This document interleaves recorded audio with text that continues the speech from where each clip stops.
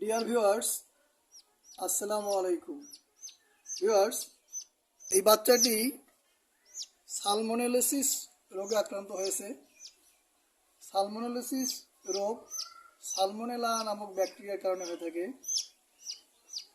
সদ্যজাত এই বাচ্চাটি তেমন কোনো খাবার বা পানি গ্রহণ করেনি, তারপর আক্রান্ত হলো কেন?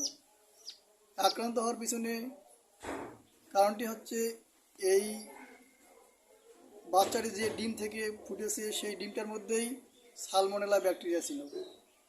ফলে এই বাচ্চাটি অন্যান্য বাচ্চার তুলনায় দেরিতে ফুটেছে এবং অন্যান্য বাচ্চা স্বাভাবিক চলাফেরা খাওয়া দাওয়া করলেও এই বাচ্চাটি কিন্তু কোনো খাবার গ্রহণ করতেছে না, খাবার গ্রহণ করবে না।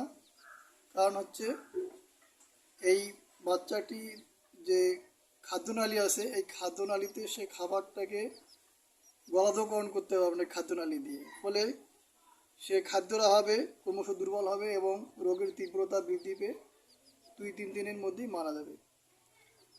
এই সালমোনেলা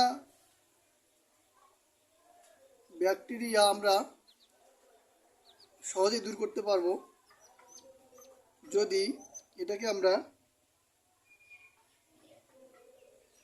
সেফিক্সিম সমৃদ্ধ ফিক্সে, টিসেপ, ওরসেপ এটা ঔষধ যদি আমরা প্রয়োগ করি, এগুলো কিন্তু আমাদের মানুষের ঔষধ।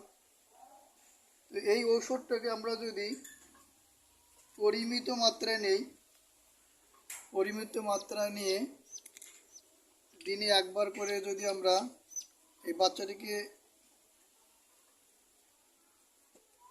যদি আমরা এই পরিমাণ নিয়ে আমরা যদি বাচ্চাটাকে 7 দিন খাওয়াই একবার করে, তাহলে কিন্তু এই বাচ্চাটি দ্রুত সেরে উঠবে, অন্যান্য বাচ্চার মতো সুস্থ সবলভাবে চলাফেরা করবে, খাওয়া দাওয়া করবে। 2-3 দিনের মধ্যেই বাচ্চাটি সুস্থ হয়ে উঠবে। এক্ষেত্রে আপনাদের একটা জিনিস আমি বলে রাখি, অনেকে আমরা কাঁচা ডিম খেয়ে ফেলি কিংবা ডিম হাফ বয়েল করে খেয়ে ফেলি।